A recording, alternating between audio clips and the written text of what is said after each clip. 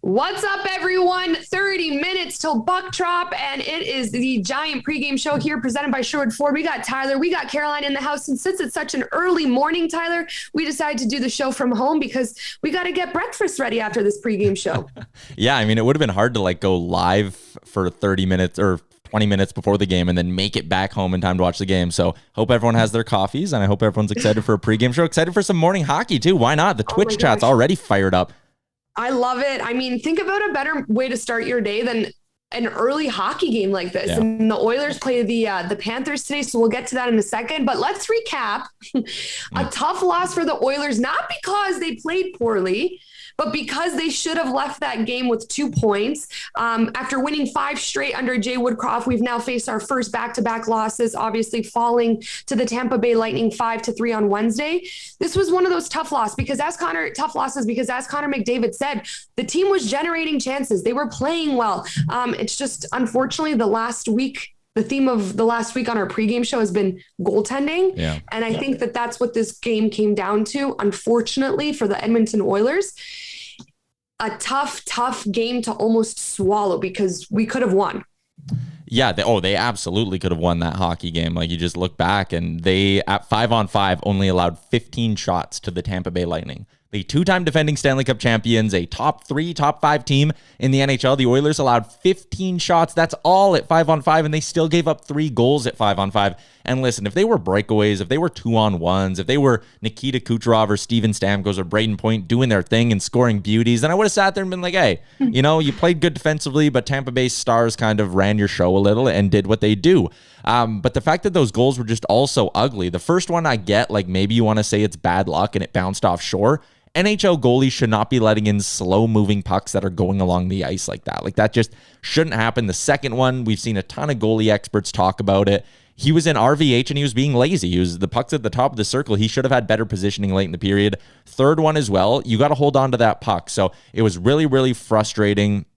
It was really frustrating to watch Smith play the way he did, and annoying to watch and hear the stuff on the American broadcast that he was going and yelling at his young defensemen in TV timeouts as well. Because, if you want to hold your teammates accountable, I'm fine. I get it. I'm all for it. But you need to play well. You need to hold up your end of the bargain. And that was the frustrating part for me for Smith. It feels like he just wants to blame everyone else for the fact that he's playing terribly right now.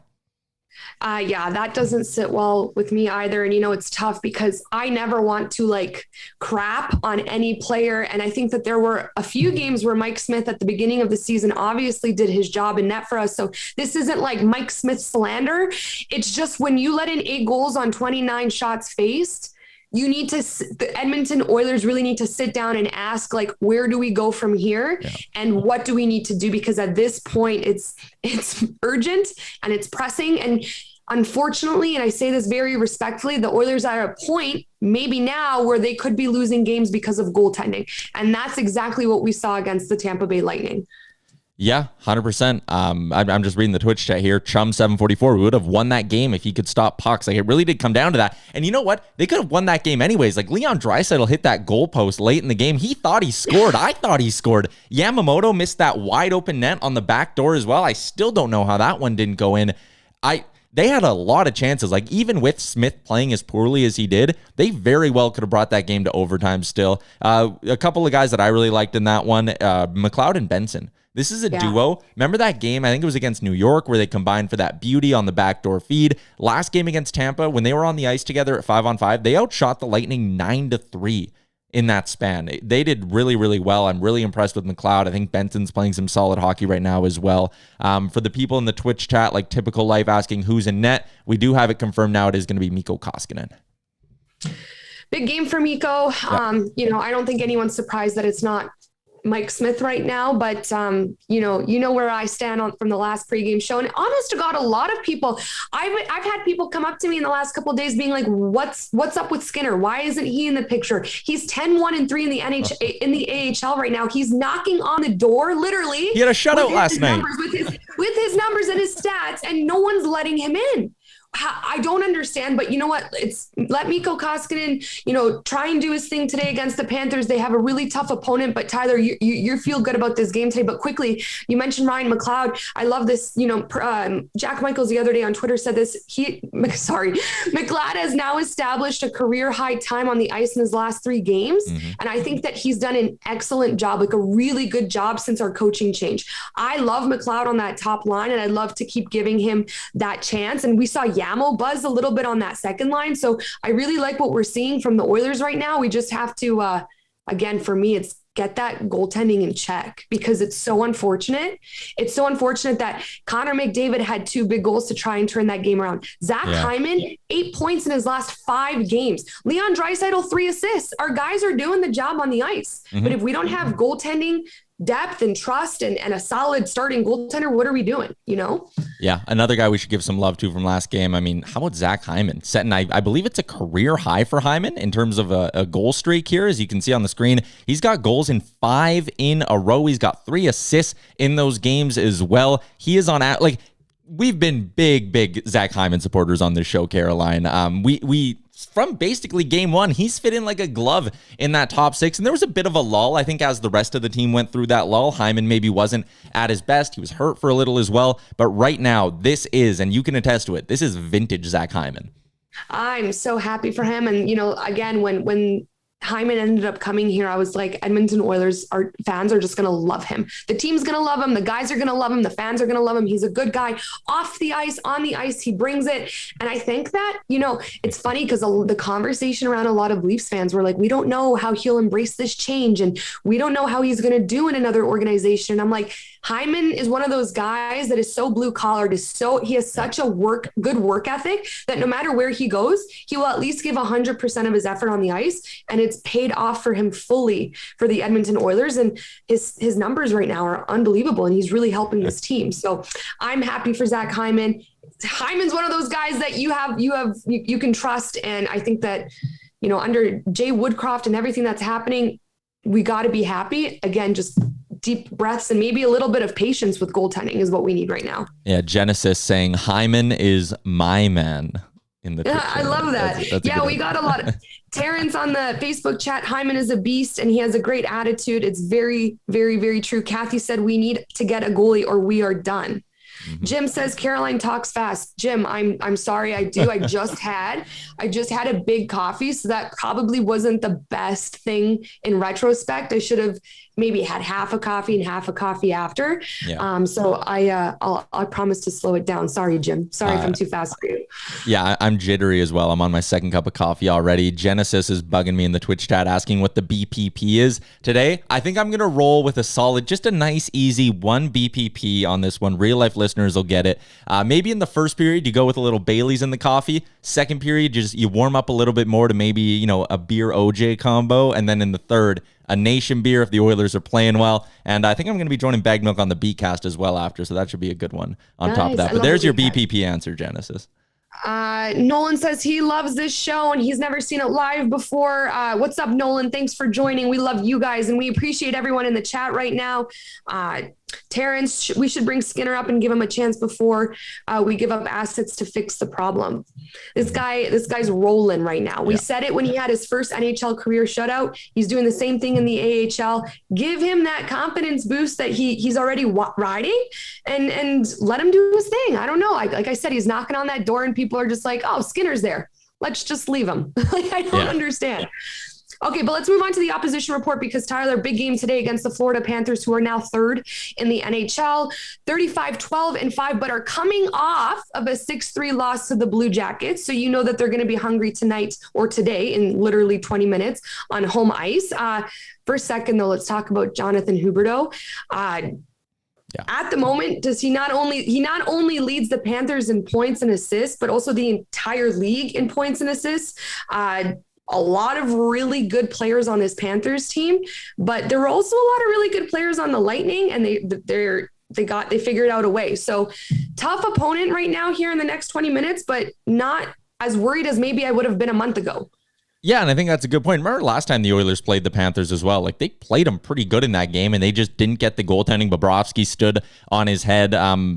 yeah, this is a Panthers team that they're one of the better teams in the NHL, but they have lost back-to-back games as well to Columbus and Nashville. They're only 3-3 so far this month. They're maybe not the unbeatable Panthers that they looked like earlier in the season. They maybe aren't playing their best hockey right now. They are 23-5 on home ice, though, which is a little concerning. The big reason why I'm actually a little bit confident in the Oilers' chances of winning this hockey game, though, is between the pipes. If you look at the last 5 games, they actually have a bit of an advantage. Now, Sergei Bobrovsky, as you can see here, he's having a tremendous season on the year as a whole. If you go back to last year, he was looking like one of the worst contracts in the NHL with that 921 goals against average, 906 save percentage. They had Spencer Knight coming up through the minors, and it looked like he was going to maybe even be the starter this year, and Bobrovsky was going to be a very expensive backup for them.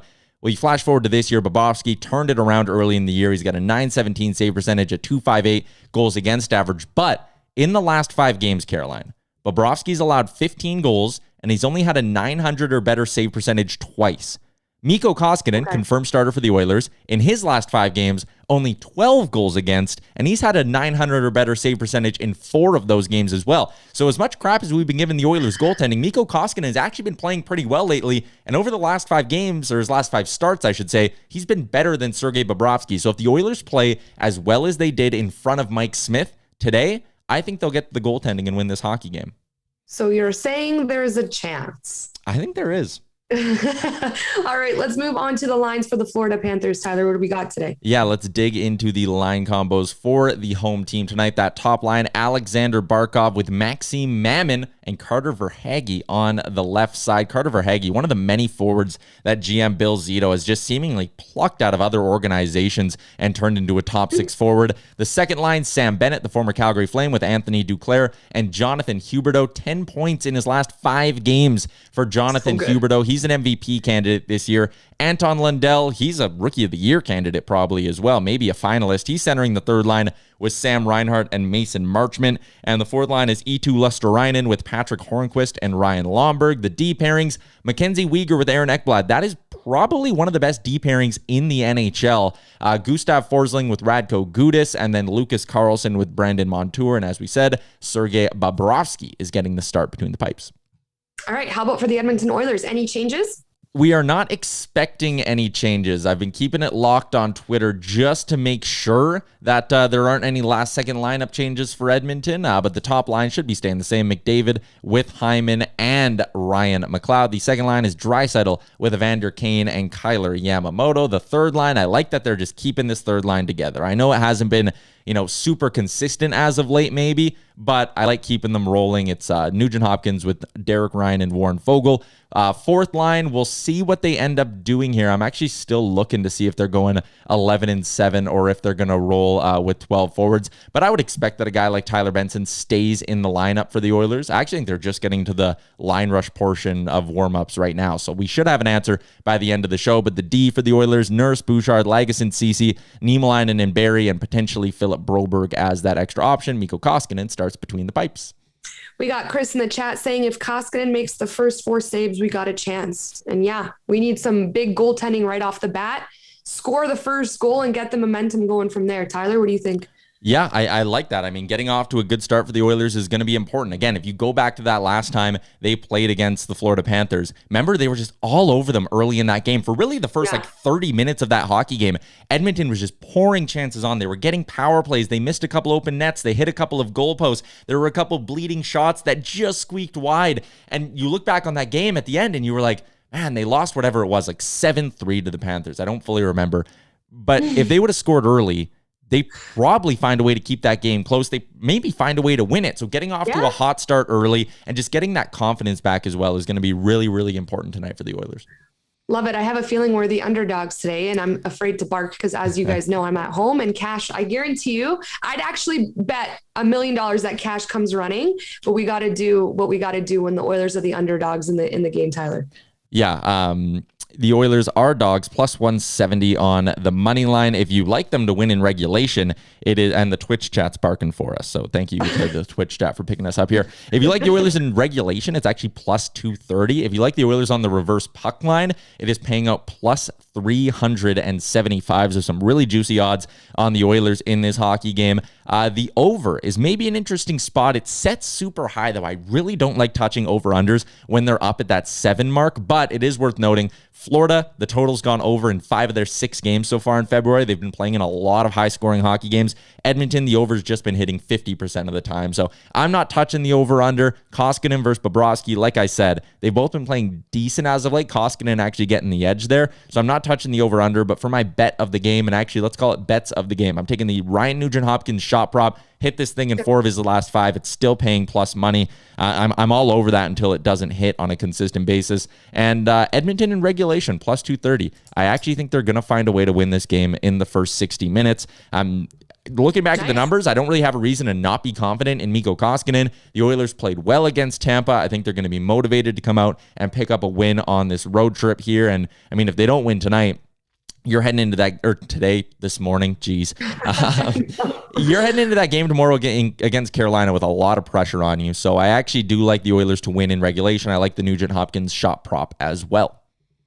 You're not getting away with doing the bark, Tyler. Oh. Right. Cashy's going to lose it.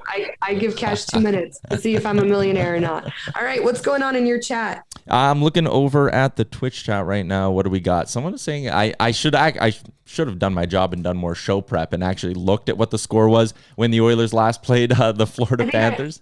I think I have it. It was 6-0. I said 7-3. It was way off. It was 6-0. The Oilers didn't even get a goal. 6-0. But I mean, again, there's lessons to learn looking back at that hockey game. The Oilers had 40 shots on goal. Like if you put up 40 shots on goal again against the Panthers, I highly doubt you're going to get shut out. They also went 0 for 3 on the power play. Okay, well, your power play's starting to roll now. The Oilers have scored with the man advantage in 4 straight hockey games. Their penalty kill in that game only went 2 for 5. They gave up 3 of those 6 goals were with the man advantage. So their penalty kill and power play have started to get a little bit better recently. Their power play since February 1 is up to 11th in the NHL. Florida's power play is down at 20th in the NHL in that span. So the Oilers, I'm giving them the goaltending advantage. I'm giving them the special teams advantage tonight as well. Their penalty kill's been better since the start of February too. I really do think the Oilers have a good shot in this hockey game. I get Florida's one of the better teams in the NHL, but Edmonton's been playing well since Jay Woodcroft took over, and there are some numbers that suggest the Oilers have advantages in this matchup. You know what? You've convinced me because honest to God, before we started this pregame show, I'm like, I don't know. Like, I don't know because it's the Panthers and then Jonathan Huberdeau's on a little bit of a run. But you're right. You think about how everyone's been playing under Jay Woodcroft. And yes, we had a tough loss to the Tampa Bay Lightning, but we didn't play bad by any stretch of the by any means. And Cash just came running, but didn't freak out, Tyler. He just came in calmly. So maybe if he's feeling calm about the game, I should feel calm about the game. And in Woodcroft, we trust, right? Yeah, absolutely. It's kind of like it's like Groundhog Day. If Cash comes in after hearing the barks and doesn't make any noise, the Oilers will win. If he comes in and barks, then the Oilers will lose. Oh my gosh, there's got to be a positive correlation, a positive trend then. Dan's telling us to knock on wood because I think as Oilers fans, sometimes we have a little trauma, a little PTSD, and we believe in the jinx. So I'm knocking on wood. Tyler just did, and we're going to, say our prayers here in the next, 40 minutes until game time? I mean, 11 minutes. I mean, well, actually, who knows when the puck's going to drop? 10:30. Yeah, right? That was so weird last game. Sorry. For a second, I thought it was 11 a.m. We're all over the place because when have we done a pregame show this season yet? That's this early? They have played in the afternoon before, right? Like this is definitely not their first. They played Winnipeg last week at 2:00, but they haven't played this early. Like I'm trying to think of the last time the Oilers would have had a 10:30 in the morning start. Usually when they're out on these Eastern road trips, you get the odd 11 o'clock. 10:30 is like, that's really early. No, I totally agree. So I guess everyone get to your couch, get to your popcorn, your eggs, Benny, whatever you're doing, your coffee, whatever you do in the morning, and sit tight. We'll see you guys on Twitter. And this has been your giant pregame show presented by Sherwood Ford. And we'll be back tomorrow morning, Tyler. We will. Another bright and early Sherwood Ford giant pregame show tomorrow. And Jen, if you're still listening, I promise to save my coffee for after the show. So I promise to talk a little slower for you. Thanks everyone for tuning in. We appreciate you all so much. Bring your comments, your concerns, your questions, your hot takes tomorrow, and we'll